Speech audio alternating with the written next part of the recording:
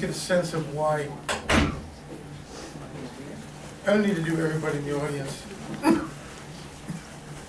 but I do need to,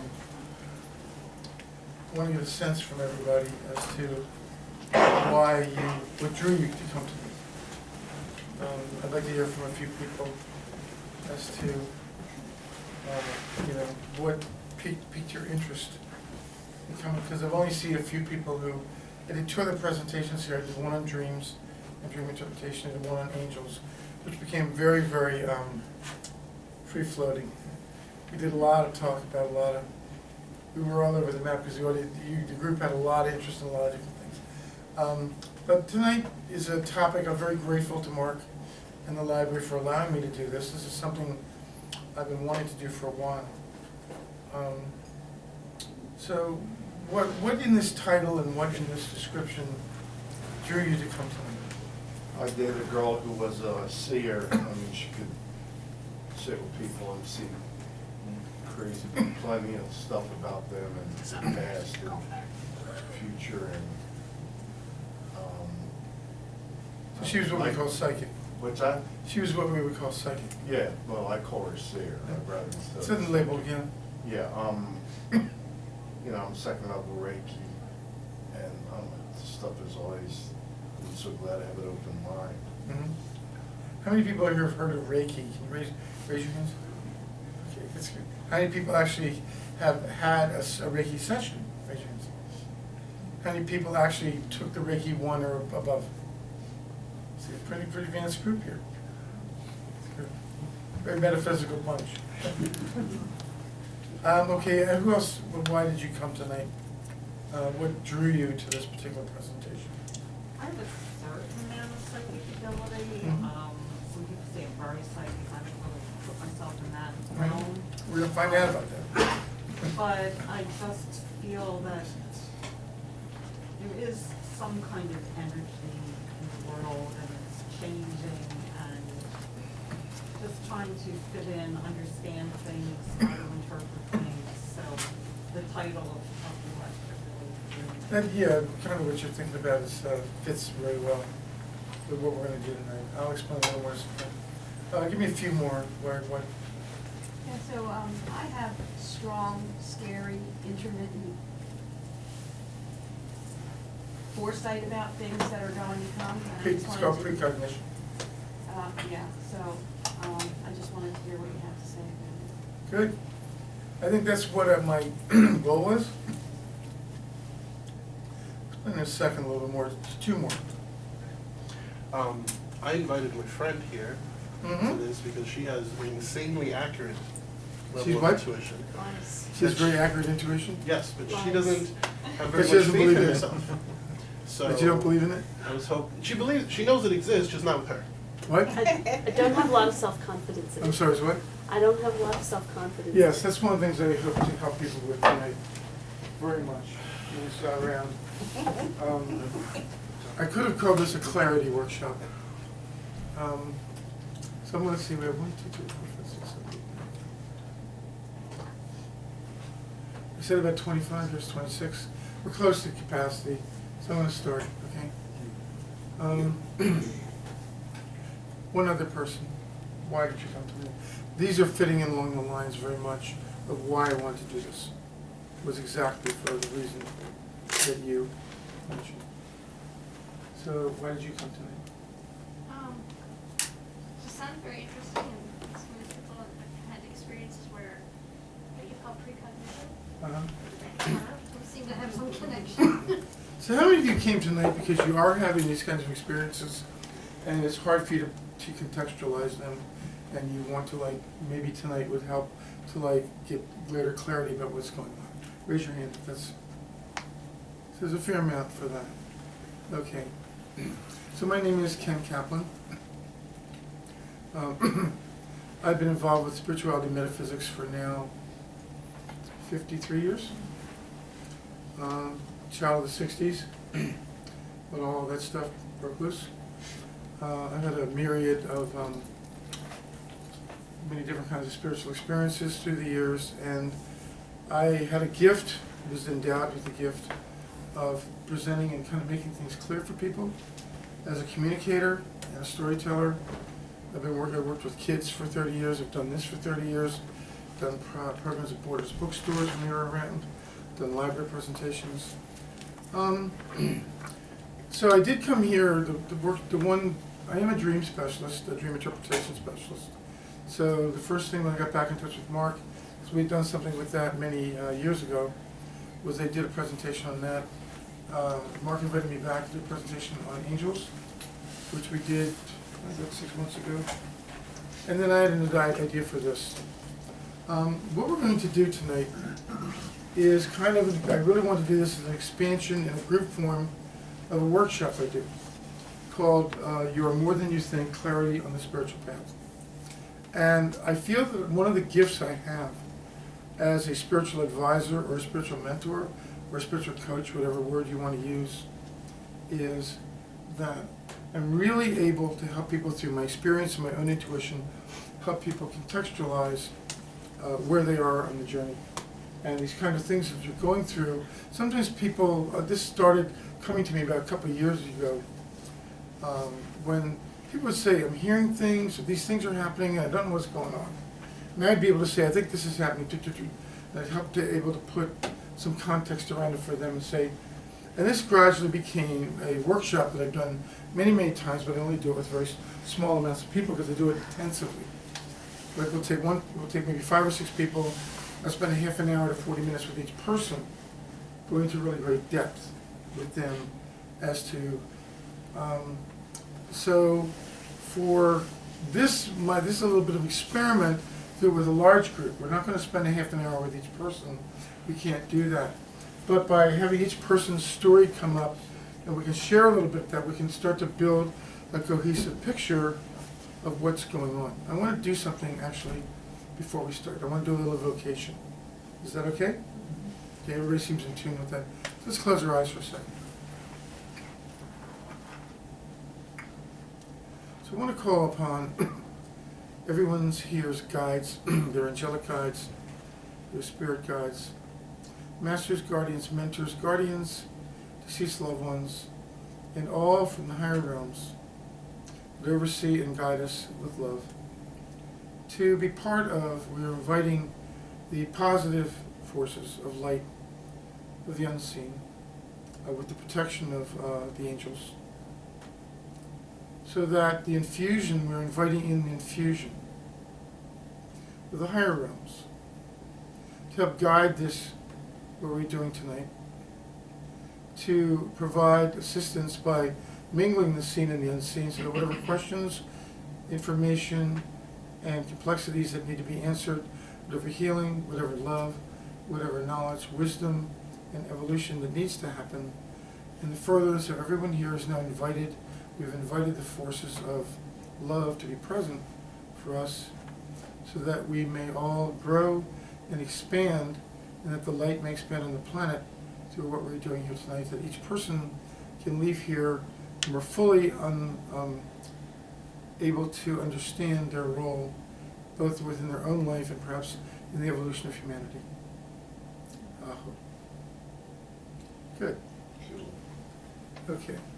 So, this presentation could not have happened 5 or 10 years ago. The society wouldn't have been ready for it. So you all are a testament. Everyone here is a testament, as well as the librarian, as well as the community, that a space has opened up for something that's radically different, for whatever, where society's headed. We tried this 500 years ago, we all have been burned at the stake.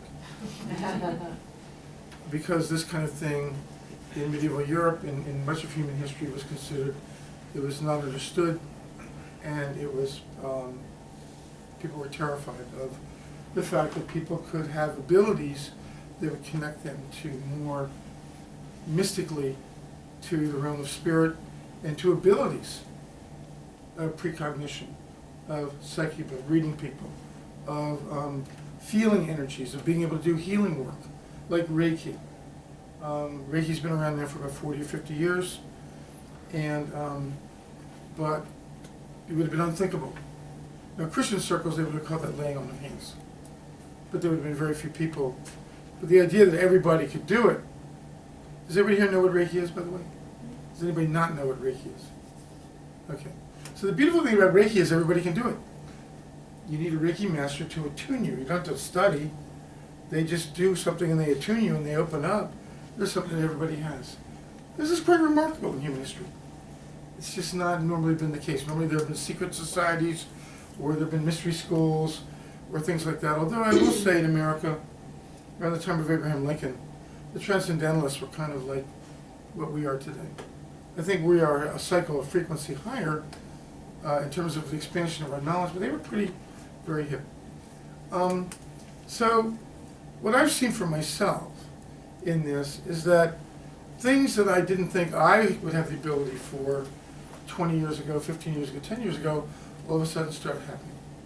I had a woman about 12 to 15 years ago, very powerful reader, used to do a lot of psychic fairs. She said to me, "You're a reader." I said, "No, I'm not." I said, "I don't do that." I said, "I'm a mystic, I connect." No, I don't read. She says, "You're a reader." But she wouldn't, and I'm a reader. So she saw something that I couldn't see as yet. But then it blossomed. And it took, and this is one of the things I say, which is interesting about what I do in this regard, is one of the things I'm really good at is helping people see the next step. I'm not good at seeing 10 steps down the road. But my personal philosophy is, what's the point? Now sometimes there's a point about seeing 10 steps down the road. It's good to know if you have an ability that someone says to you, "You're a child of light, and you're going to do great things in the world." That's pretty uplifting, that's wonderful, right? How are you going to get there?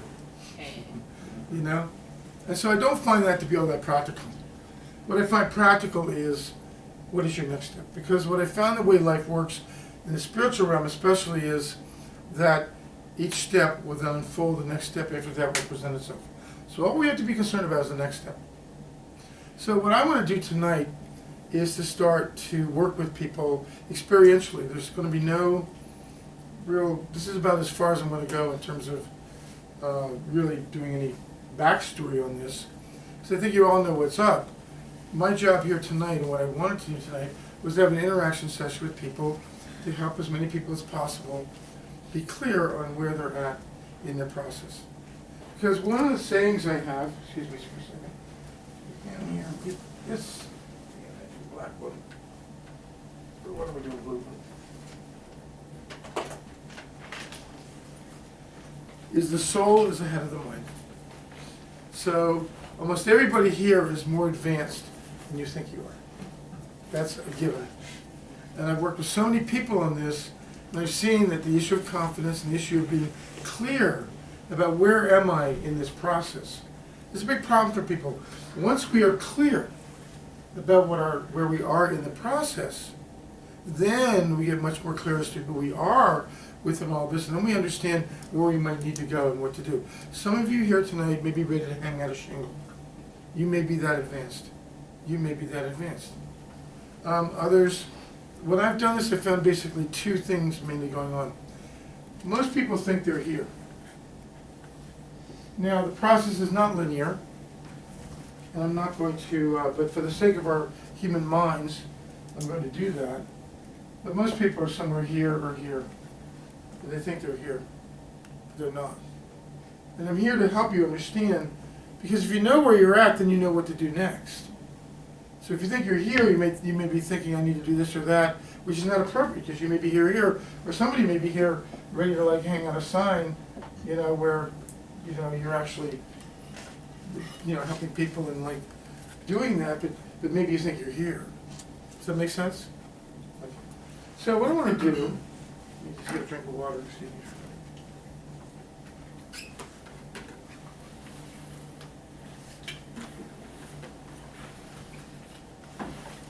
Is start taking people, and you can either raise your hands or I'll come to you. Some people already raised their hands. So why don't we start with you, because you asked some questions about where you were at in this process. Mhm. What's your name? It's Ellen. Should I ask people's names or not? Just ask, should I not? Is it okay to ask names, or that's because this is being recorded and I might use some of it. So if you'd rather not use names, I won't. Okay. So you mentioned. Nobody's being, there's no physical Yeah, recording. but if someone gives a name. The first name is only. So tell me what your concerns were that you mentioned when you.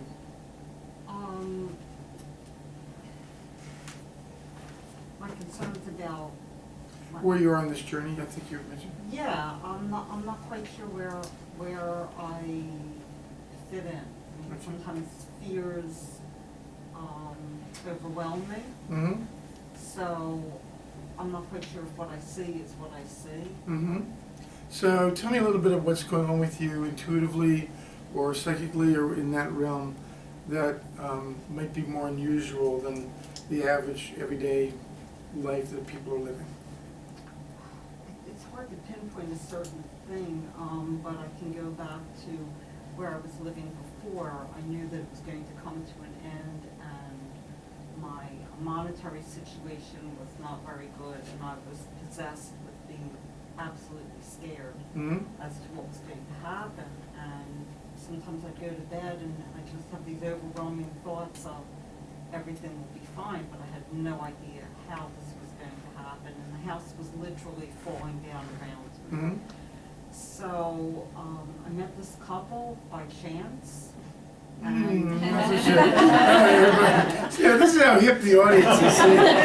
Because immediately you triggered off everything the audience says, I'm no random here. but, So let's say you met them by incident. Yes. That's a choice word. Yes. Well, I had a great teacher, and he said the word accident needs to be stricken from the dictionary. So, you know, because in Abraham, how many of you are familiar with the law of attraction and raise your hand to the Abraham Hicks material? No, we should do a workshop on that. So, they live in a lovely spot out near St. Peter's Village. And long story short, I'm living there, but it was interesting that before I was living there, they were away and I would go and take care of the cat. And I went out back just to view the place, and I came around to the front of the property, and I said, this is going to be a really healing place for me. Mm-hmm. It just popped into my brain. Later, I had a reading done by a psychic who said those exact words that I had said.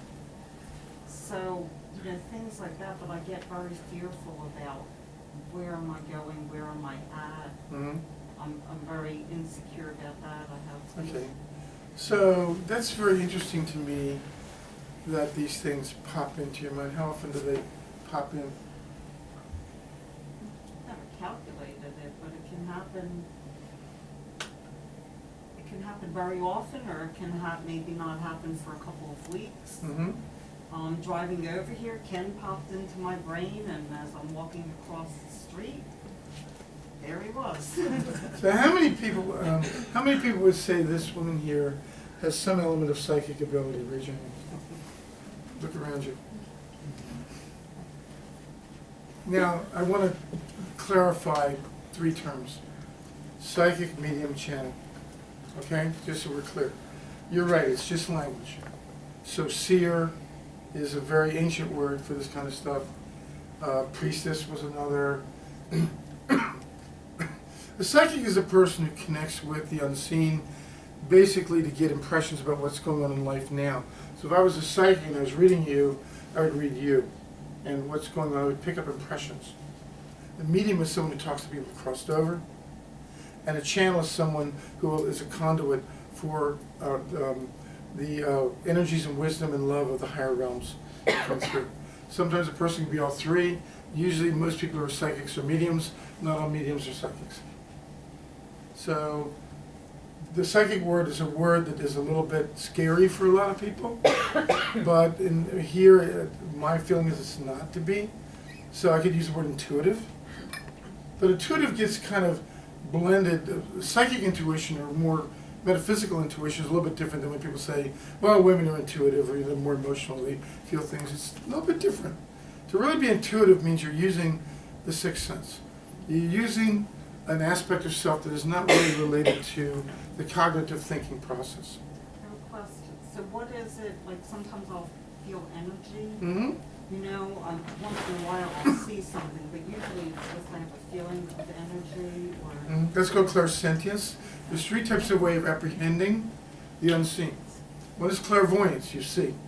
So if someone was clairvoyant and they were medium, and they looked at you and they might say, I see your grandmother. I don't do that. Say, I see your grandmother standing right behind you. Or you might look at you and say, you know, Archangel Gabriel is standing right behind you, I can see him. That kind of thing. Actually, in reality, some of those things are actually happening right now and happen all the time. But a clairvoyant would see. A clairaudient would hear. They would actually hear in actual words. And a clairsentient feels. I am almost totally clairsentient. So it's either a feeling or a knowing. Now, oftentimes, one of the things I want to get across here tonight, I can actually feel, I'm feeling some energy coming through me, which means that some of the helpers here who are not seeing want to communicate a really important message right now, which is don't compare yourself to anybody. You're laughing. Tell me why. Because he immediately goes, Did you compare yourself to other people? I guess. Or does he compare himself? Or does he feel like he doesn't have the ability you have? I think he feels like I compare myself to other people, although I Okay, usually so don't know. the bottom line is everybody processes differently. So if you see one psychic or some intuitive person who works in one particular way, it has nothing to do with your processing and the value of how you process. A friend of mine, who's a very fine channel, says that there's a voice for every ear and an ear for every voice. And I'll put it even stronger. There's a team of angels, I talked about them last time I was here. They're part of the integrated energy therapy team discovered by or revealed to a man named Stephen Thayer. There are 9 healing angels, one for every energy center and one for parts of the body. And the one who deals with the throat and the expression of bringing your gift to the world says you must look at your gifts not as something that you have to give to the world, but as something that there are others who cannot live without. Very powerful statement. It's an angelic statement. It's how the angels see us. It's important for those of us who are tuned into this kind of energy, or anybody on earth for them. Anybody who has a gift to the world, the message is there are people who cannot live without your gift. Right now, I work in a psych rehab center, and the woman who does the cooking is a huge blessing to the whole community there. She has a gift that literally that community would struggle a great deal with if she wasn't there to hold up with the way she cooks for lunches and breakfast there. So it doesn't have to be a spiritual intuitive gift, it can be any kind of gift. But we're all indebted, everybody here, the very fact that you're here at this moment says that everybody here probably has some form of pronounced gift or has the capacity, it's about ready to flower some kind of gift that you may not know, but you know, you may be surprised 2-3 years from now, you look back and say, wow, he was really right about that. So I would say to you that there's a lot of stuff going on for you. So you're not here. You're much more down the road because this is already an operating principle for you. Therefore, one of the things, because I can't spend a whole half hour with you, is that it seems to me that one of the next steps for you, what kind of meditation or prayer or connection to, let's say, spirit, or do you do it at all? I do meditate, but not as much as, Okay. sometimes I'm very good and on board with it, and other times I waver. Okay. One of the things I think is very important for everybody here is that there's a very great power in collective energy. So the more there is a like-mindedness here tonight, there's a resonant frequency that everybody here is a part of by coming here and being drawn. This is part of what we call the law of attraction. That everything in the universe vibrates at a certain frequency. And in human life, each of one of us, the compendium or the completeness of our thoughts, feelings, and our vibration create a signal out to the universe of where our frequency is among the musical tonality of all frequencies in the universe. So in human life, there are humans like, you have evangelicals, and they're at a very different frequency. Let me ask, is there any evangelical people here tonight? I doubt it. Are you evangelical? Okay. What drew you to come tonight? I'm interested. I'm sorry? What drew you to come tonight? I'm interested. I've had a gift since childhood, Okay. and things that coincidences are happening, I'm having trouble interpreting. Okay. But Okay. information is coming to me, dangerous information, complicated information, and the Lord wants me to decipher. Okay, that's good. That's good. So there's something in you that's open to what's going on tonight. It always has been. Okay, because there are many evangelicals who would not be open to this. This would be considered to be like kind of thing. Or bikers. I'm not equating the two. I'm sorry. I don't mean to do that. So let's put it this way. There are many different people who would not be drawn to this particular frequency. So together tonight, there's a frequency inherent in my being willing to come here, that everybody here is in tune with this frequency. And that's why you're here tonight. Because if you weren't in tune with this frequency, you'd be in the mall, or you'd just be somewhere else. You wouldn't be here. So the law of attraction says that's happening. Paul said in the Bible, in the Spirit. There are many ways to use language around these things. We get hung up in language, we get hung up in these things, but to me, there's lots and lots of different languages we can use for this kind of stuff. But the most important thing is, what is the experience, not the labeling. Okay? So, I want to come back, I think it was, so for me, one of the things I think is important is, wherever you feel there's collective congregation that supports the emergence of your gifts, where you can be the energy of spirit, it doesn't matter where you go. Everybody's in the right place for them in terms of where they feel drawn to go. One of the things about spirituality is there's no right place or wrong place, from my understanding. So it's where are you drawn to be? Wherever you're drawn to be is the right place for you. We are the determiner of our own destiny. Now, part of the problem, some of the times with religions, there gets problems with that, because this one says it's the right way, this one says the right way. And I'm not here to argue with people about the firmness of their faith in their particular way. Because what I say is, your way is right for you. But that's not necessarily for everybody. That's why there's so many different religions in the world. Can't all be right, you know? And that's the whole issue that goes on. So, coming back to you, the reason I'm bringing this up is, it feels to me, and this is true for everybody here, one way to begin to deal with where we're in this path and how are we going to connect, I'm going to use the God word, or spirit. How do we connect to God? How do we connect to higher self, whatever word we want to use for it?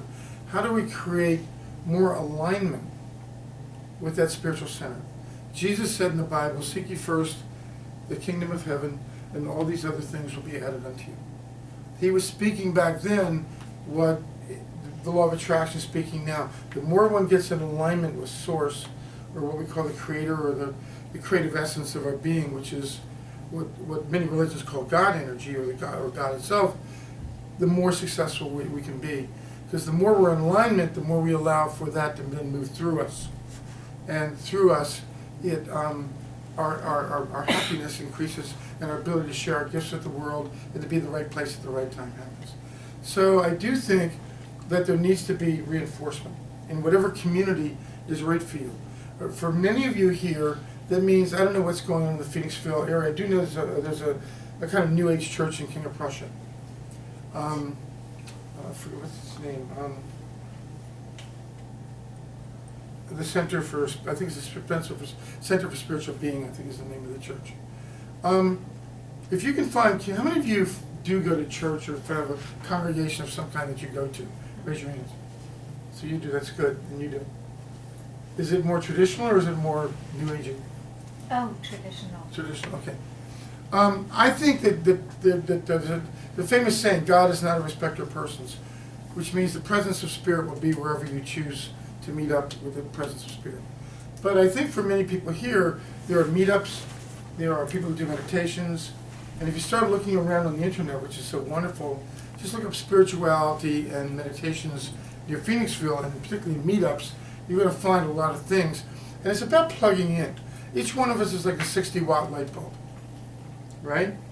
But when you plug into a generator, that has the power of 5,000 watts or 10,000 watts, then all of a sudden, there's an opportunity.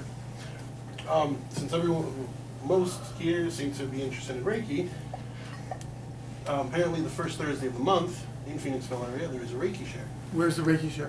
That I don't know, but when I looked up events in Phoenixville, Huh? It was this or that. There's probably more than one.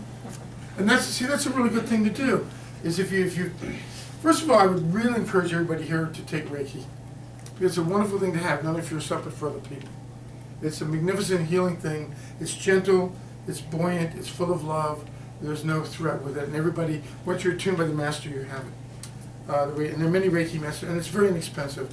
Usually it's between $100 and $150 to become. So, if you go to a Reiki share, then people sit around tables and like 3 or 4 people work on one person at a time, and you get really lit up.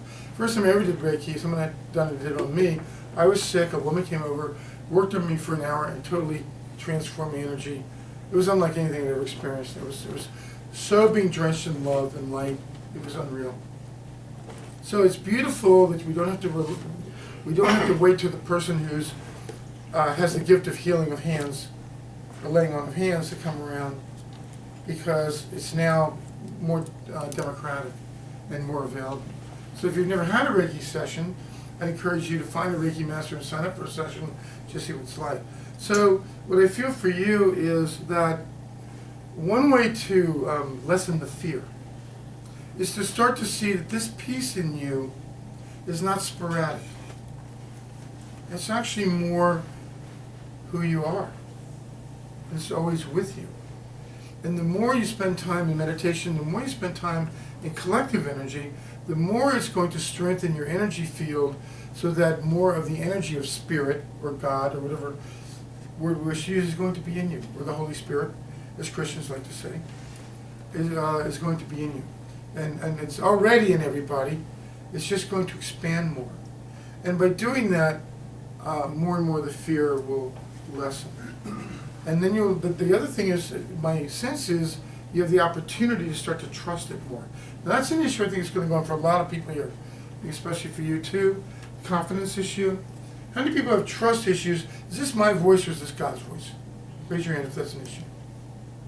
Okay, that's very common. They say for a lot of you that I think in actuality it's the voice of your higher self. But because there's not been, for me I don't doubt it anymore when it happens. And for me it happens very continuously now. And I can sit down and do it at will. If I want to check in with my guides or spirit or however it works for me at that particular time, I'll sit down and then I'll open up and I'll receive information and I'll receive energy. You have a question? How much does your ego get in the way? Well, I think that it can get in the way, but you mean now for me?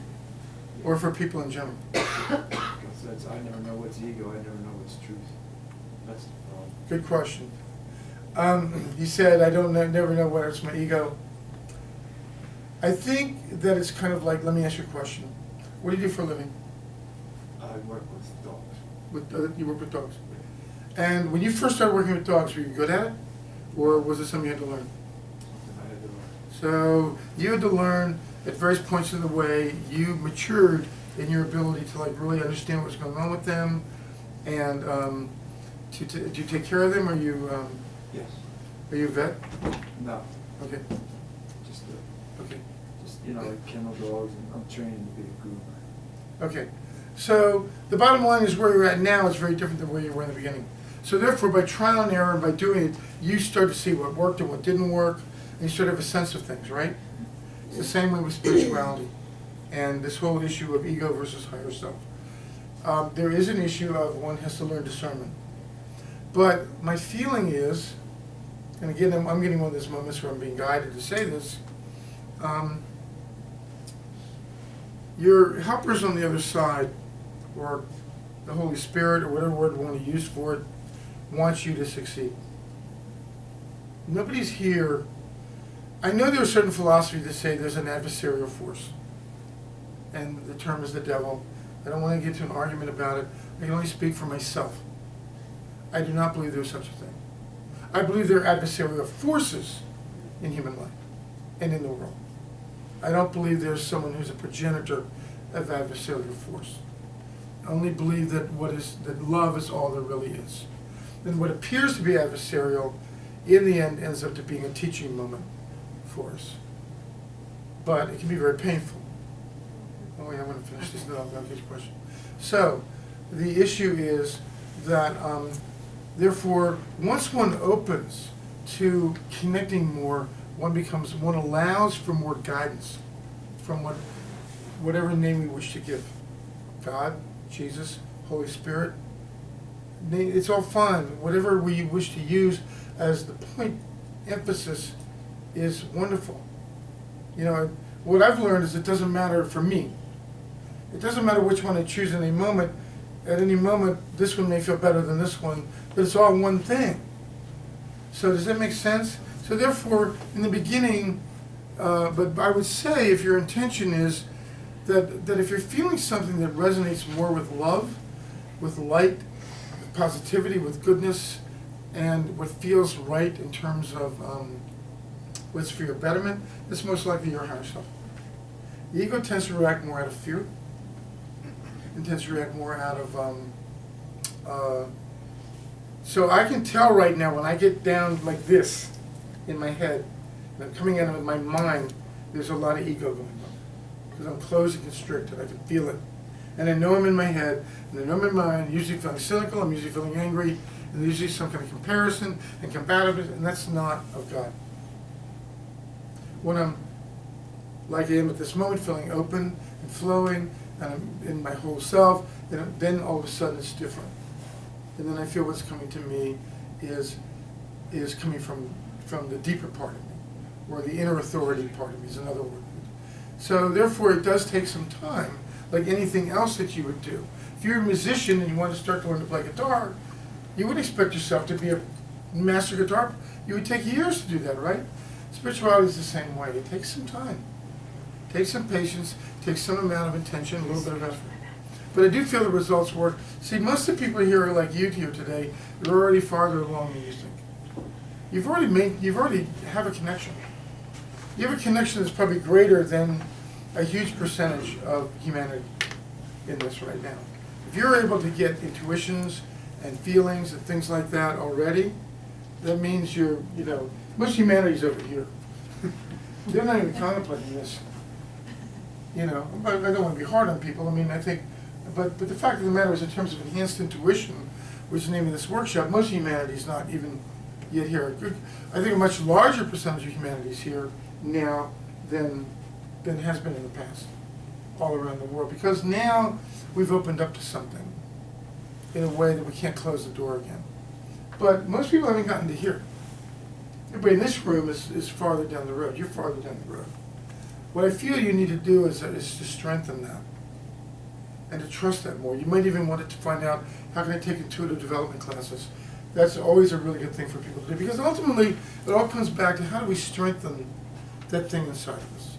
How do we strengthen this thing so we let it grow like a plant? We want the plant to grow and to nurture itself. Well, we have to feed it properly. We have to put it in proper environments. There's a whole parable in the Bible that Jesus spoke of, where, and he did this with the sower of the seeds, where there's a man who planted seeds. He threw some on rocky soil and they didn't grow. And then he threw some on sandy soil and didn't grow. There's about 4 different things. Then finally he threw the seeds in a place where the soil was rich.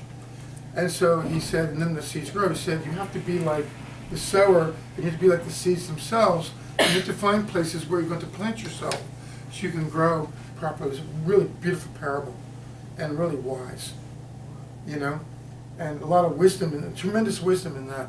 So it's the same thing here. Where am I going, if I have spiritual gifts and want to increase them, where am I going to go to plant myself more, where I'm going to give this thing inside of me an opportunity to expand and enhance more? So learning Reiki, doing more personal meditation. One of the things about YouTube that's really amazing is there's about 50,000 meditations on YouTube. And what you can do is start, when you go up to YouTube, how many people know what the chakras are? The energy centers of the body? Okay, we have 7 energy centers called chakras. And they all have a different function. Like the root chakra is about being grounded, about safety and security. So maybe there's ways we need to strengthen that. I certainly could do that. The topmost chakra is the one that's the most connection to the divine. We call the eye, the third eye here, because the eye of seeing is here. There's actually an energy sitting here that governs spiritual sight. The heart is here, it's not here, it's not here. It's here for a reason. There's an energy. Why do we feel love here? Because that's where the energy center is that governs love. Okay? Power comes from here. Power and will comes from here. And they're different colors. Okay? Maybe we need to strengthen an energy center. If you put in chakra balancing meditations, they're going to come up with about 25 pages. So what you can do is start playing around with that and start seeing which ones appeal to you in terms of kind of opening you up and helping you. Or you can go to any metaphysical bookstore or place, or even from the library. It's very interesting that in the library right now are books on Rumi and Lao Tzu, right in the children's section. A book on Rumi and a book on Lao Tzu. And Rumi was probably the greatest spiritual poet. He and Kabir were probably the two greatest spiritual poets who ever lived. And they came from, well, Kabir was both a Muslim and a Hindu, and Rumi was a Muslim. You have a question? Could you spell those two names so she could write it? Yeah, sure. Yeah, Rumi has a great saying. Does that make sense for you about a next step for you? That what might need to be happiness for you to create more coherence in the sense of your spiritual energy is you need to start putting yourself in environments that will nurture it. Well, I was into spiritual groups, Mhm. 1 years ago, and the woman running it, it was really all about her ego. Mhm. So that wasn't the right place for you. And then the last one I was in, I didn't like a lot of the energy that was Okay, going on. one of the rules I learned from someone else about spiritual life or anything in life is treat life like a restaurant or a smorgasbord. When you go somewhere, if the meal is bad, don't go back. But I will say about the law of attraction, the way it works is if you're attracting things that aren't working, there's some kind of mirroring going on about where you weren't ready or you might have been off. I always see, this is a topic for another day, I can't get into it a whole lot right now, but the law of attraction to me is really important. The way I look at events that happen to me now is I don't take them personally, I look at them as a mirror. Oh, that's an interesting mirror. My vibration is off, therefore this is showing up, it's reflecting back to me, my vibration's off. Well, I feel that I'm careful about the environments I'm in because I feel that I don't know how to protect myself. Mm-hmm. Well, the good thing about it is we're pretty resilient beings. So if you're in a place where you don't like the energy, you come home, you do some sage, and put on some nice music, and it pretty much clears everything out. You know, we're pretty resilient. I think God made us that way. I think we're a lot stronger. As a matter of fact, I'm going to tell you something the angels said about you. My experience of what the angels said. My friend is a phenomenal spirit communicator, and she said, the angels, and I did a talk when I did the angel talk on this, the angels look at us with awe. Now, normally from traditional religion, that's backwards and counterintuitive. The angels are up here, we're down here, we're lowly beings. That's not the way it is, from my understanding. The way it really is or how I have experienced it. Let me put it that way. I never share anything I haven't experienced. Okay?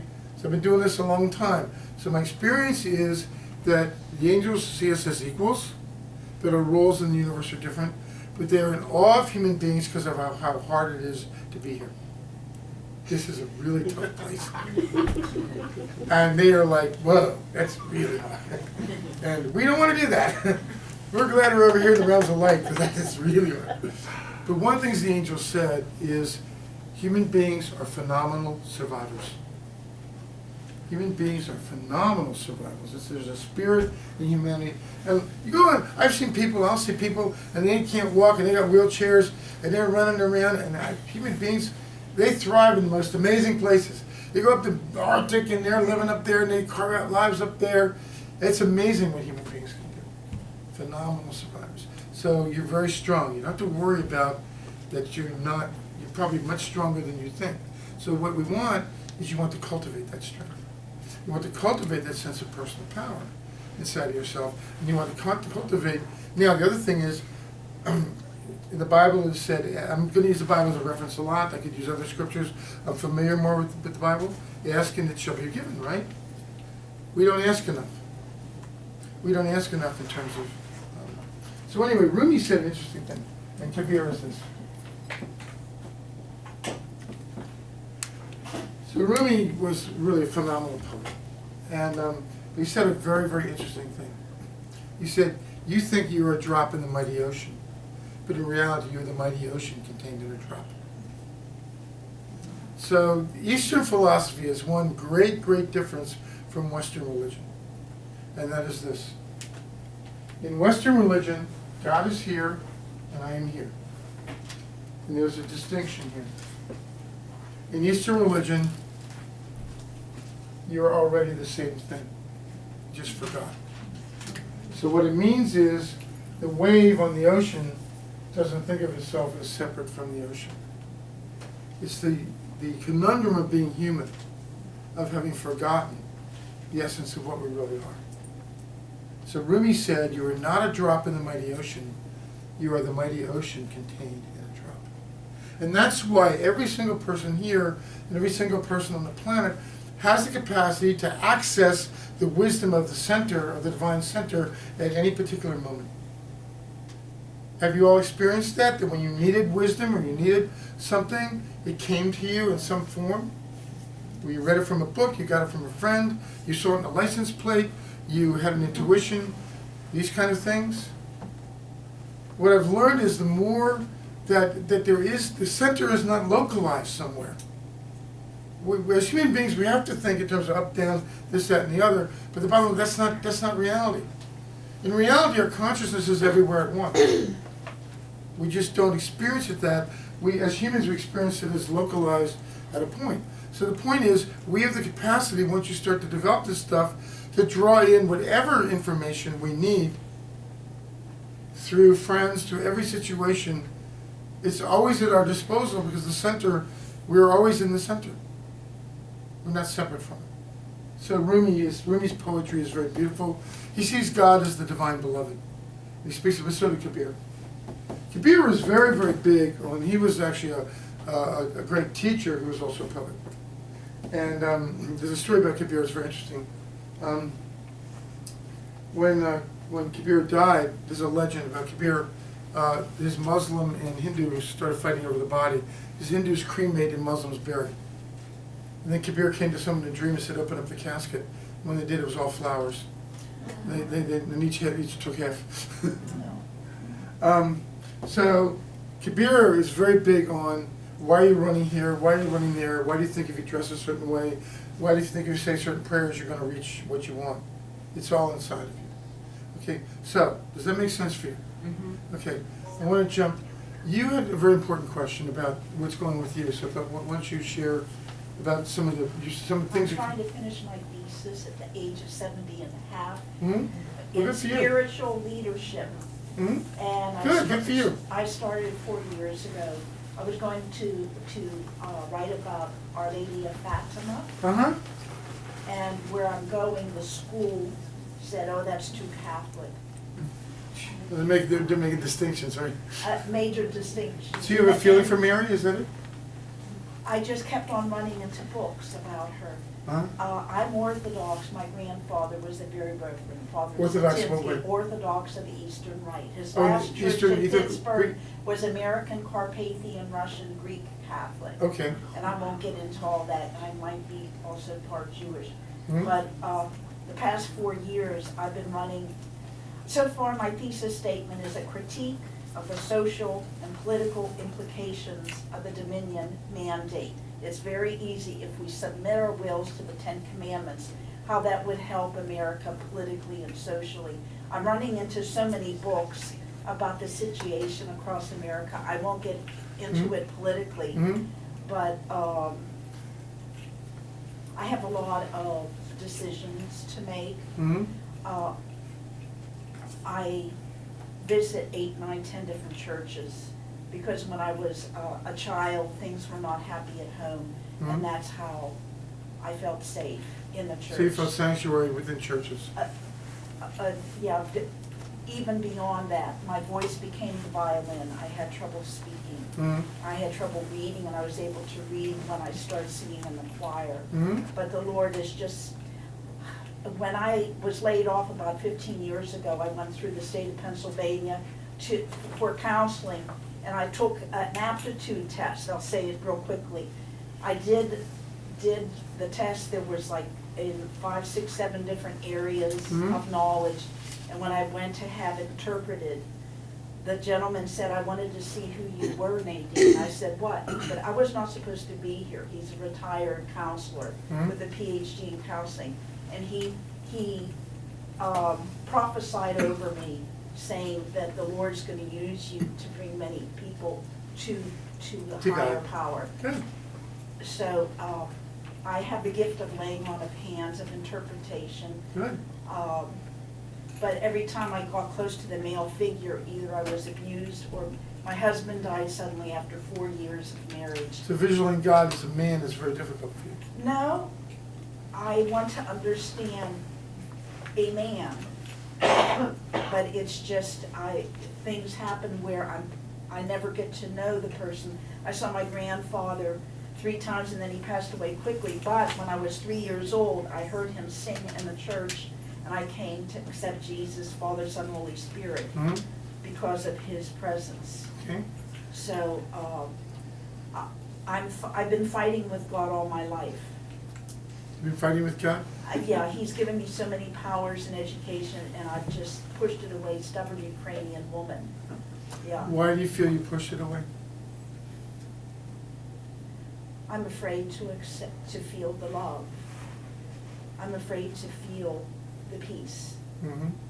My mother had 3 miscarriages before she had my sister, and then me. She was abused by her father. So there's a lot of generational trauma, it sounds That's like, what it, I think that that's what I'm you're fighting. carrying. Amen, amen. Yeah, okay. Someone's, what are you thinking? I'm going to use the group here, because what are you picking up? I don't do a lot with God. What? I don't do a lot with God. I'm sorry, what?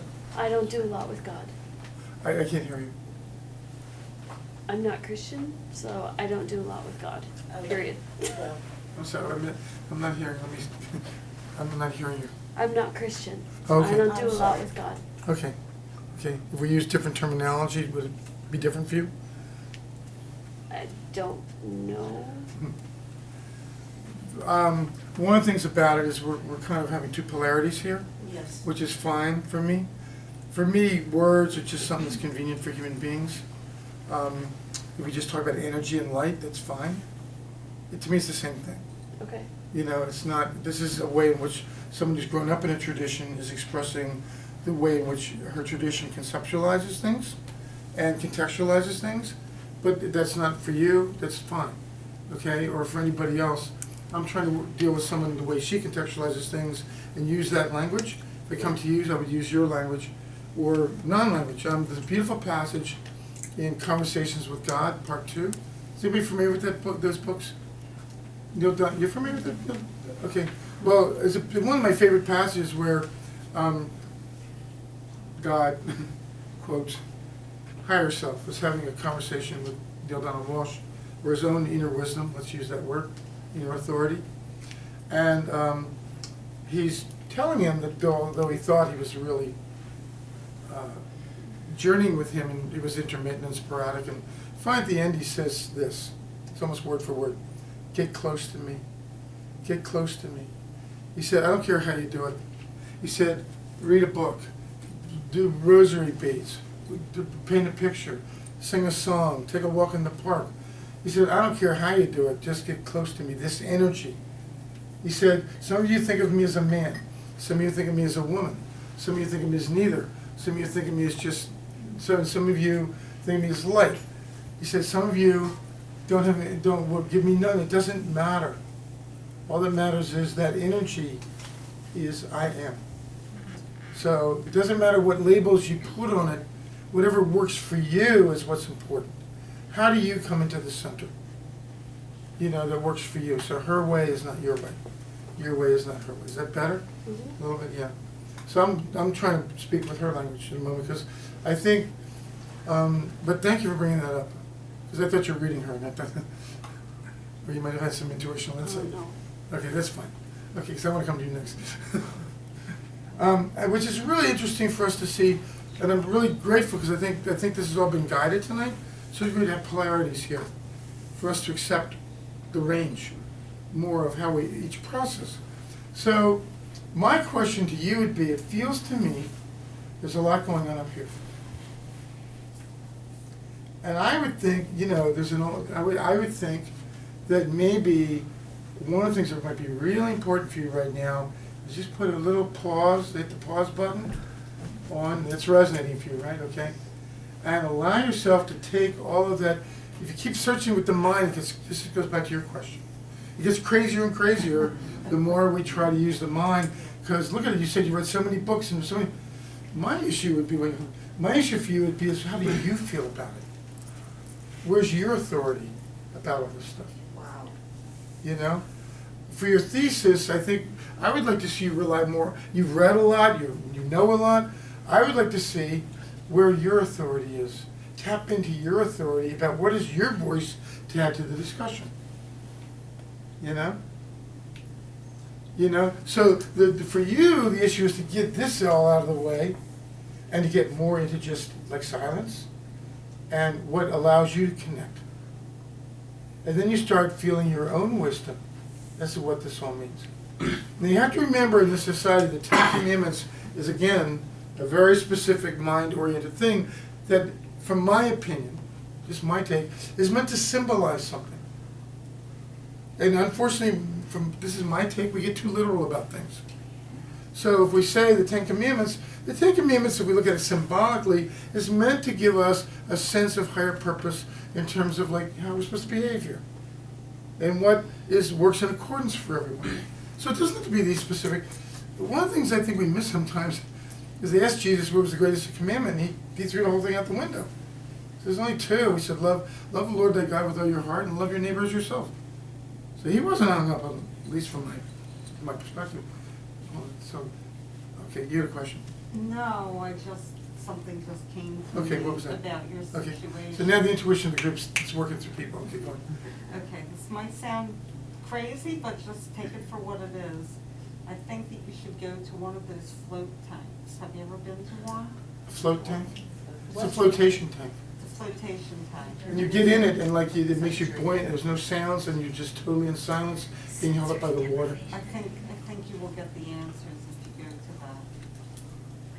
A flotation tank is a way to do a meditation where you go into a situation where they I don't know if it's all salt water or they put, It's, Epsom salts. what? 10,000 pounds of Epsom salts. They do something where you're allowed to totally float. It's the way that you would be in the Dead Sea. Yeah, It's, so it totally allows you to like totally let go. It's supposed to imitate the One womb. other thing, I'm sorry, go ahead. It's supposed to imitate the womb. What? The womb. The womb. Yeah, there's a way for you to like, and when you get in one, it's a way of meditation where you're totally allowed to let go. And to like totally refresh and totally be without all the chatter. I think that you're too consumed with the things that you have learned, and it's confusing you. I think you need time and space. Yeah, that's what I felt. Nothing. Yeah, that's what I felt also, that you're very connected. So I think what's important is to allow the connection to flourish by getting things out. This is actually, in Buddhism, they don't see the spiritual path as getting somewhere, they see it as unlayering. The light's already there. The Quakers are very much into this. The Quakers just speak of the inner light. They don't use the G word. They do, but it's, if you go to a Quaker meeting, everybody's got the light in them, and then when you feel drawn, moved by the spirit of the light, you just, you come up and you say just what you did now. You speak up and say, I'm being moved to say this.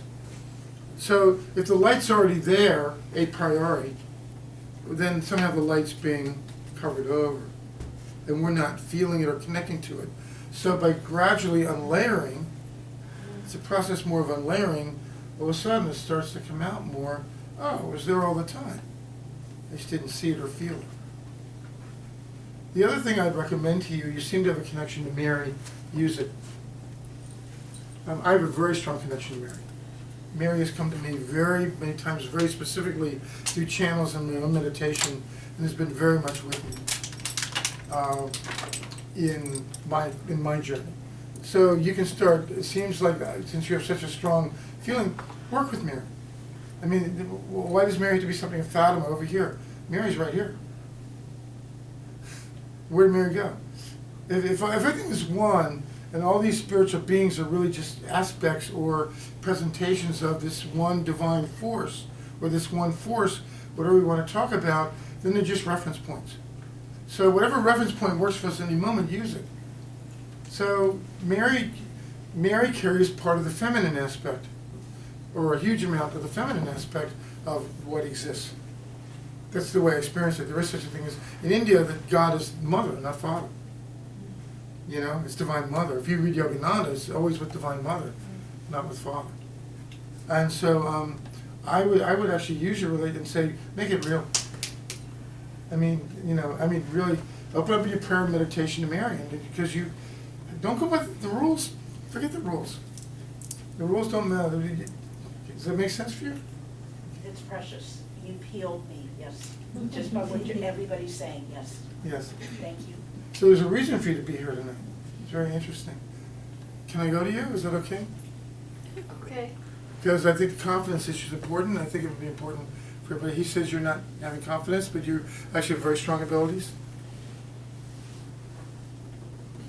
Why are you looking at him? I don't notice if they're strong or not. Okay, well, why don't They we just dialogue? And my job is to reflect back to you whether they are or not. So why don't you tell me a little bit about what goes on for you in terms of these kind of, the way you probably, like she talked a little bit how she processed some of her intuition. How does your intuition show up for you? And therefore with you, I'm going to use a totally different language. It won't be like this. Probably the easiest thing to say is that I'm pretty sure I'm clairaudient. I'm sorry, what? I'm clairaudient. You're I clairaudient. hear it. So you hear it. Yes. Tell me some things you've heard that have like been important in your life. I have a ghost. Okay. So I That hear wouldn't be that him. unusual. I hear him. What? I hear him a lot. Okay. What does he say to you? Putting me on the spot doesn't work. Okay. Okay. The reason what I want, here's my aim. He suggested that you have pretty strong abilities, but you don't have confidence in that. And I'm trying to get to the point that if I can get a little bit more sense of like where these things happen for you, I can give you more accurate reflection back of where you are in this process that we talked about. Maybe you can speak up for her. Her biggest issue is she doesn't know whether it's her or something else, Mhm. Yeah. sometimes. Okay. So the same issue came back that came up for you. About, is it my ego? Is this something that's just my imagination? Yes. Okay. So if you had, you're clairaudient, you say, so if you had messages where things came true, Yes. okay, give me an example.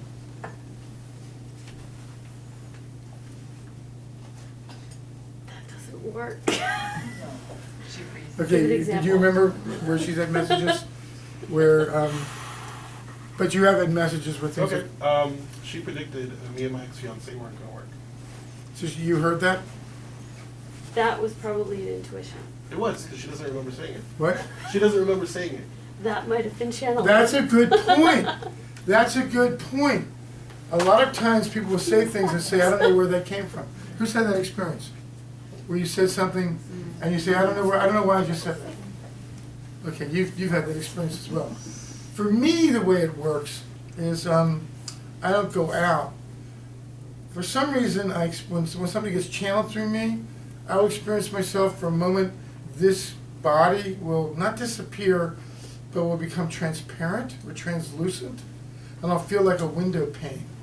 And all of a sudden, I'll feel like I'm a conduit, and something will move through me. And I'll say I'm getting something, and I'm going to pass it along. And it just moves through me like a wave, and I feel it. And in the feeling is the thought. And so I'm saying, this is what I'm getting, but there's no me. It's not coming from here. This disappears. And it's just totally happening here. So again, I think that if you're having, how often would you say those kinds of moments happen? Channeling things, not often. Intuition happens a lot more often. Okay, so just give me an example of an intuitional thing. You knew you were gonna have a good time. Yeah. What? She knew she was gonna enjoy coming here. Yeah, So you had a strong feeling yeah. before you came. And how often do you get those kind of strong feelings? I don't know that I exactly notice how often I get them. Okay, that's a good thing to start paying attention to. So a really good example is when I moved here, I moved from Lebanon County, Hmm? and I went house hunting with my dad, and I knew right away, as soon as I looked at that house, I wanted that apartment, Hmm? that it clicked. Hmm? And Dad was like, it's like she fell in love as soon as she saw it. Hmm? So. But the clicking that- wasn't just that, it was coming from a more whole body, Oh, yes, and it was Oh, like yes. really resonating. yes. Like wah wah wah wah wah wah. Okay, that's similar to what you're saying to me. How many people get that? Raise your hand if you get something like that. Where a lot of hands go up. Okay. How many people would like to have that? Raise your- Okay. Okay. So the good news is it's available to everybody. Okay. So how often do you get those wah wah wah wah moments? I don't know that I count them. Okay. That's one of the biggest ones because Okay. I know people who have had not good experiences with apartments and landlords, and that has not been my. Why are you looking at me like that? That has not been my experience. What was I gonna say? You're telling a story. What are you supposed to look? Fine. Okay, so, no, that's good. So if he seems to be a little bit more in tune, he seems to see you clearly. I'm not very good at being put on the spot. Okay, but your voice is stronger now than it was in the beginning. Yes. So that's interesting. The more we've talked a little bit, you've come out a little bit more, and your voice is stronger, and your presence a little bit stronger. She let her hair down. That helps. I have a lot of hair. Okay, but I think the issue you brought up, the same issue you brought up, that a lot of how do I trust what is what? I think again and again and again we come back to what is our intention. If our intention is to connect more, the universe will conspire to help us to connect more. I should listen to myself because I'm having my own issues around these things. When I'm presenting, it's all fine and good, but then I go home and I'm like, you know, not all the time. No, I know how to bring myself back. You know, I didn't bring paper. There's some things I do that I work with them on. I'll give them to you in a second. What's really important is what I'm getting here for a lot of people is what seems to be to some degree for everybody is that it's very important to deepen the connection. We can't really do anything externally that well until the connection is deepened. So the more we deepen the connection, the more we have a sense of, oh yeah. So like I said, I'm very well aware when I get off. Fortunately, I know how to bring myself back, and I'm in the community in Bucks County where there's so many things going on that if I step into it, then I consider it that the word remember is a very interesting word.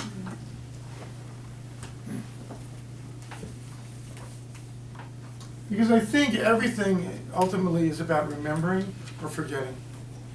Just those two things. Now, the conversation with God, the voice of what is God, likes to split words up. So here's the word remember.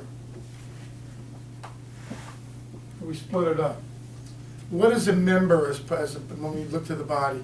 Arms, legs, feet. So if we're dismembered, or we're not remembering, we have literally torn parts of ourselves away in the moment. But when we remember, what are we doing? We're putting things back together.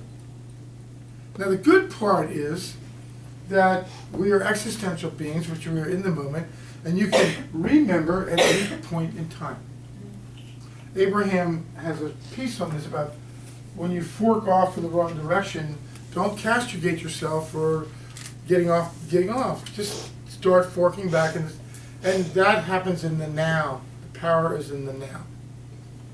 So therefore, we have the opportunity to remember at any point. The issue is for a lot of us that we need some help in doing that. It's not easy when the world is a very challenging place. The world has always been a challenging place. And depending on your karma, if you're living in a nice farm somewhere, you're living nice in an American tribe, when the white settlers hadn't come, life was pretty good. You know, but then we run into places where, you know, you're in certain karmic situations and life is very, very difficult. Right now for everybody, life is challenging. With the way the speed of everything's moving, with the electronics, with the politics, everything, and for those of us who are sensitive. So what happens is, you know, if we're being frazzled, it's hard to get ourselves into a positive space, unless you really know how to have a meditation room or to do something where you can really cool out the energies.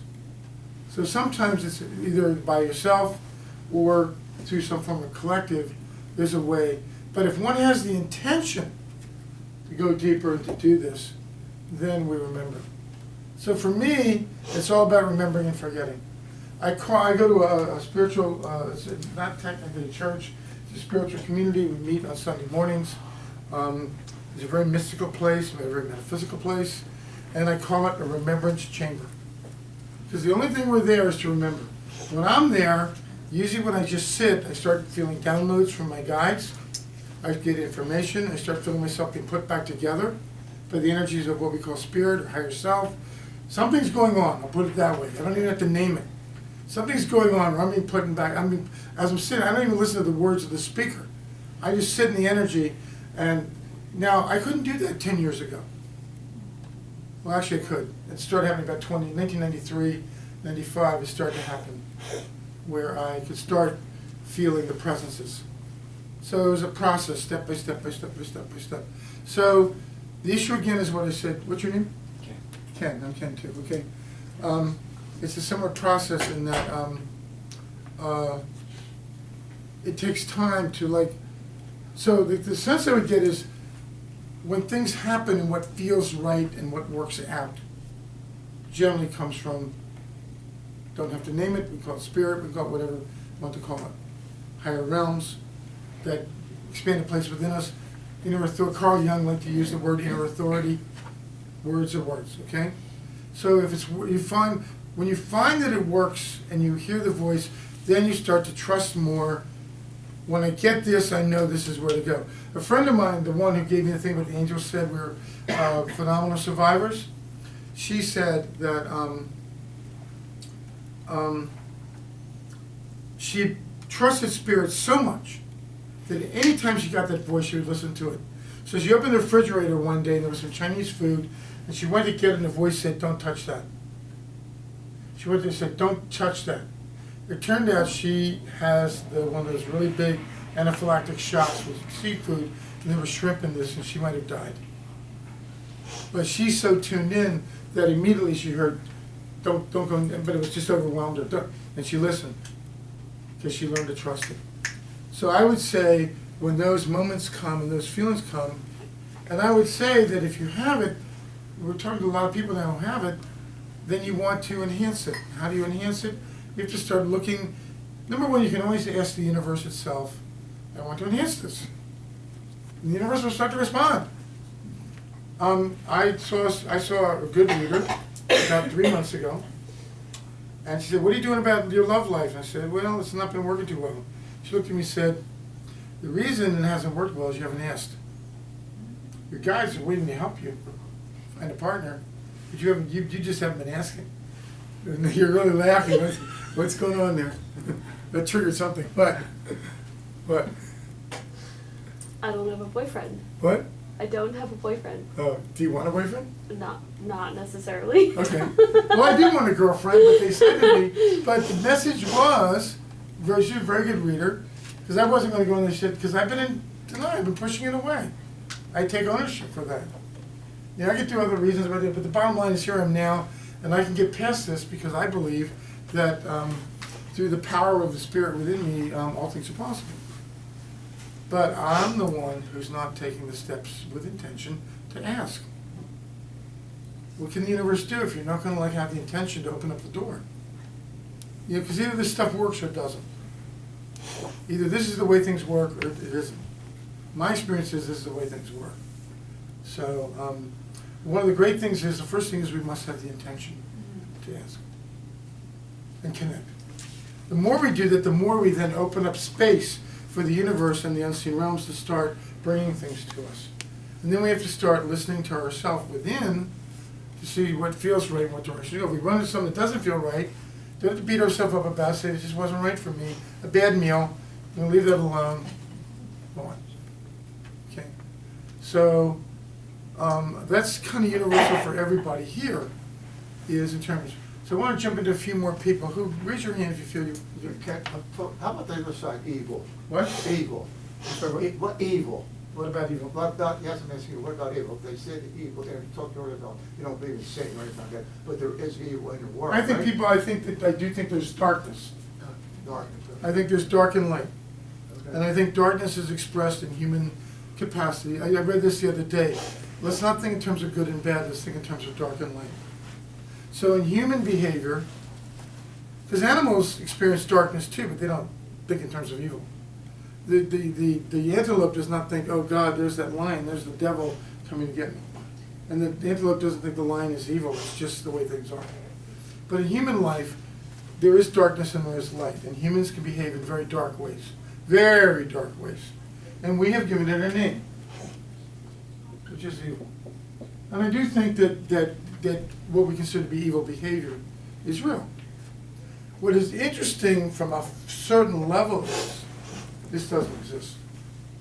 It's a whole nother discussion. I'm just going to leave that there for you to ponder that from a certain level, every single thing that happens, no matter how atrocious, was done for your benefit. This is hard to see. This is a very high spiritual concept. A very high spiritual concept. What I would do is, there's a guy named Matt Kahn, K-A-H-N, and he has a talk called Everything is Here for You. Look up that talk, and it's a long talk. I know every single thing, no matter how dark it may seem, was for your good. Or as a friend of mine says, through all things is love revealed. Humans tend to think in binary terms, good and bad. But I'm not going to minimize the fact that when we have to experience darkness, it's very, very, very painful. And therefore, there are things that human beings do that on the human level are unspeakably evil. And they're terrible. But there is a place to get to the higher realm where one can see, and that's why this work is important, that can help a great deal, is one can see, that ended up serving me in ways that I'd never anticipated. Because from a certain point of view, there's a way in which everything was planned, where even the worst things have outcomes of learning and of benefit. This is a much deeper discussion that we can't get into at this moment. So I do think there's darkness in the world. I think that the polarity of dark and light is part of what makes this realm of this third dimension unique. There is no darkness in the higher realms. There's no darkness in the angelic realm, in the fifth dimension. And some people might say, take this as an allegory, that one of the reasons this all was created is God got bored. I want a little action. I'm bored being all light. I want to create a place of contrast, of dark and light. I want to create some friction. I want to see some action. We're up in the land of light. What if I created something physical, tangible? I want to see how it plays out. What an interesting concept that is. That's why in Hinduism, this is called Leela, God's drama. Yogananda once said, if you always went to the movies and you always saw the same movie all the time, you get bored. Therefore, there's all kinds of movies playing out here. If we look at the soul and we see the soul is immortal, then to go through these various highs and lows of dark and light is for experience. And one of the ways to come, one of the things that a friend of mine on the same channel said, imagine yourself, this is one of the best ways I've ever heard it said, imagine yourself always in a 70-degree room. You'd never fully appreciate the 70-degree room. Then you go out in 110 or 120, come back to the 70-degree room, go out 50 but below, come back to the 70-degree room, and all of a sudden, whoa, the 70-degree room! And that's partly how the soul gets to know itself. in a greater way in the physical is through this contrast of dark and light. It's a pretty good analogy, don't you think?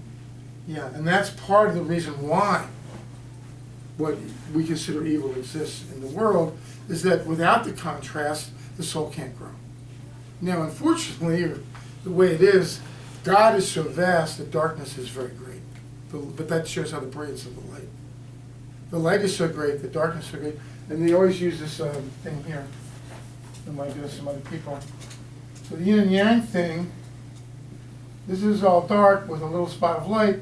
This is all light with a little spot of dark. So this is more about how things are, the yin and yang thing. That the light exists in the heart of the darkness, and the darkness exists in the heart of the light. Does that answer your question? At least that's my take on it. In a 3-minute wrap up. Well, can I ask a question? Sure. Okay, so you mentioned that you had dream Interpretation? Yeah, that's Yeah. it. I couldn't understand why for several months, there for a while, I was having dreams about my ex-husband, which our paths do not cross. We separated back in the early mid-90s. I just can't understand why. Why do I have dreams of him? He lives in another state. It gets a little more complex in terms of trying to interpret them. I don't know if I can do it now, but I'll give you a little outlines. Yeah. The first thing is that dreams are always related to the waking life. So if you have to see what was going on in your waking life at the time that you're having the dreams, and why he would then appear. Now, if you're having dreams about him, it may not be about him, but he may be symbolizing something for you. Particularly if you're symbolizing something about either relationship to self, or relationship to others, or to male energy. For instance, I had a woman who had a dream of she having sex with her brother. She got pretty horrified about it. But sex in dreams is not really about sex, it's about union. Sex is symbolic of union. Her brother was highly creative, and she was dealing with her own creativity. The dream was about her merging with her own creative energies, of which her brother was a symbol. So, without taking time to really get into the dream and knowing what was going on in your life, it feels to me like something was going on in your life where he was representation of old feelings that were being stirred up, and therefore, have you had relationships since him? Yeah. Okay. So what was most profound about your relationship with him that was happening at the time of your life with the dreams? What was profound? It was just too early to have been married. It was just, but he did love me. He was older than me. Well, the point is I that guess if I he's was coming in the not dreams, ready. how many years had you been broken up when you had the dreams? How long have we been broken up? We got back together a few times, a couple times. We've been separated since in the 90s. So this was like recently, or? No, I have not seen him since. No, when were the dreams? The dreams, actually sometime, like last year. So what was the predominant characteristic of him in the dreams? Was it positive, was it negative, was it something that upset you, was it something like made you feel good? What was Yeah, the there was nothing negative, I would say. It was just peculiar why. Well, the way I would interpret it without going too further is that certain energies were happening in your life at that time. They were reminiscent of something that he represented for you. Okay. And therefore, he became the predominant symbol that your subconscious was using to hearken to process for you certain energies. So I would look at what was happening in your life at the time related to what was the predominant energies of your relationship and see whether there was a connection. Okay. Because usually it's, we'll have dreams sometimes where someone from the past will happen, and they will usually, like, if we have a dream, let's say at junior high school or something, they're kind of primal energies that were happening back then. And what energies that were happening back then are happening in our life at the present that would trigger us having the symbol of those energies in our dream now. Does that make sense? Okay. Does anyone want to come over here a little bit? and see what this gang over here has had the interest in, of like things are going with you guys around what we've all been talking about. Is there something that's like where do you fit in with all this stuff, and like is everybody shrinking the one? No one wants to be in the hot spot here.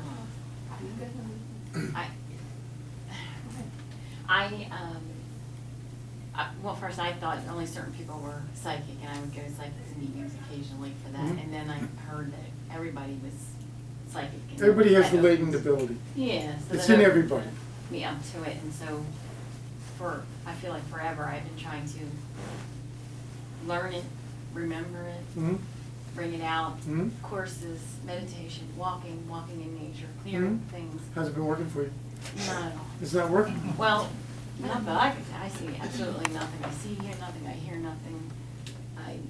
I don't know. I mean, like, it's just things that happen, it seems more like common sense. Like, I often know what somebody else is gonna say, but I'm like, well, I know them, so I know, constantly I know I know, but it's nothing special. Yeah. But Remember the Joker and Batman? He's trying to fiddle in. I'm fascinated by that portrayal, by the way. Tell me more about these things where you know things, but it's just common sense. Well, I constantly annoy my boyfriend because he's like, I'm like, can we speed up this conversation? Because I'm like, I know you're gonna say this, and I answer him before he says it. But you're not and psychic. People at work, a few that you know. Hmm? Yeah, I answer because I'm like, I know what you're gonna say, but, and all right, just say it. But it just, to me, sounds like it's a not I don't logical get that. flow. Does anybody else here get, how many people get that? Where you know exactly, a few of you? Sometimes. The majority of us don't get that. Oh. Well, it feels like it's like something, or maybe it is a thing, maybe I just see that, like, everybody is this way, and everybody feels. No, but you look around the room, how many people are able to, that's good, but I don't. And sometimes I will, sometimes the phone will ring, I know who it is, that kind of thing. Do you get that too? Where the phone's gonna ring, you say, I know who it is? Does that happen for you? I'm only right about 60%. What? I'm only right about 60%. 60%. 60% only. I mean, Now she speaks up, that's good, there you go. What were you gonna say, only? Only Only, yeah. 60%. Okay. It's a little different now though with cell phones. Yeah, I hear that, yeah. I think that's part of what we talked about here, that more may be going on for you than you think. But you don't see it, you pass it off, because it's like, how many psychic development courses did you take? a lot. Okay. A lot. And what were they doing when they were doing psychic intuitive development? Well, we would clear blocks, and you would like try to read people, and we did pendulums and. And how'd you do with that? I felt I did okay, but not great. It was this. Oh, what's It great? was like well, it seemed like other people were doing much better than me. I was So like, they're you're- like rattling all stuff, and I'm like, all right, well, give me 10 minutes, and I might give you something to Okay, chew on. so let me ask you a question. Was that like one of your first classes, or was it one of that? Did you do this for years, or did you do this a few times? Well, this was like a six-week course where we did practicing a couple of times a week, and then we Mhm. did it on site for a couple of days, Mhm. and then Mhm. So because it took, I'm a very slow download. When I do medium readings, it takes me a while for things to get going. So, and sometimes, so I think you're falling prey to like judging yourself in terms of what other people are getting versus what you're getting. So you're not trusting your own process enough to allow your own process to unfold. Because if you get, when I do these groups with just someone say, well, I don't get hardly anything, I do a workshop called Connecting to Your Guides. And I do it through writing. Someone's got a notebook. Can I borrow your notebook? Yeah. I'm not gonna read it. Okay. So the way I work, and you might try this, is I started doing this when the minister of my, another community I was a part of, fell in love with Conversation with God, and we started doing it. And I was so successful doing it that I do it all the time now. I do it at 2 levels. I'll just start writing. And out of the free-flowing writing, and with the decision, I'll say, I'm feeling really lousy today, what advice do you have to give me? And then all of a sudden, it'll feel like I'll go into a more expanded space that sees things from a much more compassionate, loving thing. And all of a sudden, wisdom will start coming out. And I'll do that, and I'll just write. And then all of a sudden, if something very forceful will come out, you might try this. This is really good, and then, and all of a sudden I'll get my mind blown by the stuff that comes out. The second level I do is I'll actually sit down with the pad, then I'll really go, because I spent a week with James on prom, then I'll go to a higher level, then I really want information, and I'll open, and then I'll start getting intuitive things. So what I've experienced in working with people in groups like this is someone will write and say, I only got one image. But out of that image comes all this stuff, because they didn't know how to interpret it. So just because you're working more slowly, if you get one or two things, that's a lot. Because most people don't get anything. Most people haven't even thought about it. For most people, it never crossed their minds to do that. So it may be that you're kind of getting in your own way a little bit in terms of that. Because I put the intention there, like the intentions. I'm like, I want to connect to my guides. Hello, you say you're there. Where are you? Here I am. Let's talk. I don't care how you do it. Make the balloon move. Talk to me. So you're saying you don't get anything? I don't feel like I do. I sit there quietly. Who knows her? Does she get things? I used to work with her very closely until I retired. But the nature of our relationship is she provided me with tons of very complex data that I used on my projects. And we would work through the project needs. Joni would provide the data, I'd look it over, and I ultimately have a question or two. Call Joni, who's not at her desk or at a meeting. Hey Joni, can you give me a call? I have a question about what you provided to me. She calls me back, I'm in a meeting, but she answers my question before I had time to ask it to her. She knew exactly what I was going to challenge her with, or why the data turned out in a certain way, or what was missing there. And she would actually say, well, it should just go down and leave me this voice So her intuition was already on the beam and like. Oh, yeah. But it's not a conscious thing for her. It's not like she's having to, I'm going to process this and then so it just goes boom. No, she just, See, I guess I do that. I do leave. I'm like, I think I know what you're gonna call But you're not me saying, about. yeah. But I just think it's like, it just seems to me like logical. Like I know what you're gonna say because I gave you this, and therefore. Yeah, but see, she's not interpreting it that way, and it's important for you. One of the things that this what we're doing here is mirroring, or reflecting back to one another. And this is very important for everybody to listen to the universe through friends, through all kinds of vehicles, as to what is coming to you. The universe is reflecting back to you what's going on. You're getting information, but you're not picking up on it. You're saying, no, it's not that, it's not that. No, it's not. This is your friend. She's saying, no, this is something extraordinary. Do you get this from other friends? Oh, no. Okay. So you're already processing it, it's already flowing through you. So maybe the way you're expecting it to show up is not working for you because you're. A long time ago, a woman came to me and said, I've been trying to connect with my father who died, and I've been trying to get him in my dreams. All of a sudden, her father was right there in me. I could feel him. They said, I think because you're demanding he show up in one way, he's trying to show up in other ways, but you're blocking it off. And then I got an image. I said, was he bald and did he have hair? She said, yes. Because he's here right now. And I said, the message for you is that, if you open up to different ways he can reach you, by demanding it come through this one vehicle, it's not happening. So I think one of the things that might be helpful for you is to open up your horizons a little bit and ask your guides a little bit more about what is the best way for me to process, or bring me information about, and this might be as to how I might recognize more, and maybe I can do things that engender more of a flow. Have you ever done writing down? Have you tried to do writing down? Well, honestly, what I was doing, this is when I was reading Neil Donald Walker, I'm like, you'll talk to him. I'm like, here I am, paper.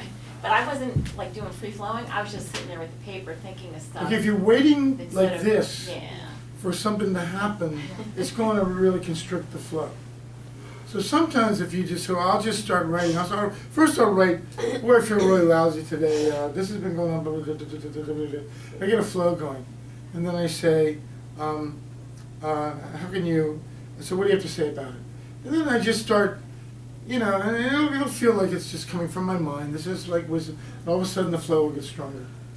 If you sit and you wait for the big, the burning bush, you might be putting yourself in a difficult position. You might be putting yourself. Another thing might be helpful for you is, do you have like angel decks or various card decks? Yeah, I got some. Well, do you throw them occasionally and pull cards and stuff like that? Does that work for you? Does that feel resonant for you? Because your guides can come to you in many different ways. So it feels to me like you maybe need to loosen up a little bit about like how you want to prime the pump a little bit.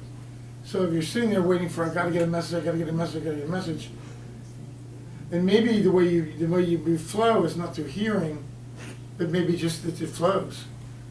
If you can't get in a position where it flows, then it makes it harder. I was just thinking, one other thing that popped in my head is like, I tried journaling. They say journal your dreams. It's very helpful. But I start writing, and I find I could write for hours about my dreams. And like a lot of people, like when we talk about it at work, they're like, "How do you remember your dreams?" I'm like, I don't know if that's normal or not, but it's just. If you remember your dreams that much, I would start studying dream interpretation, because one of the ways your guides can come through is through your dreams. Okay. Your dreams are guidance anyway. One of the functions that Carl Jung understood about dreams is that they have an integrative guidance function in them. So even if it's not a dream from the higher self, it is still, you're still getting guidance from the dream. But when you get, so if you open up that channel, I would experiment with different channels rather than demanding it be one channel. Because that channel may not be the way that you work and process. That kind of thing. Gotta go. Where you can't take 5 more minutes till quarter? I gotta change this room around. Oh, And okay. we close at 8:45. Okay. I couldn't get to everybody, this was an experiment. I have while he's cleaning up, I do have an email list, if you want to get on the email list.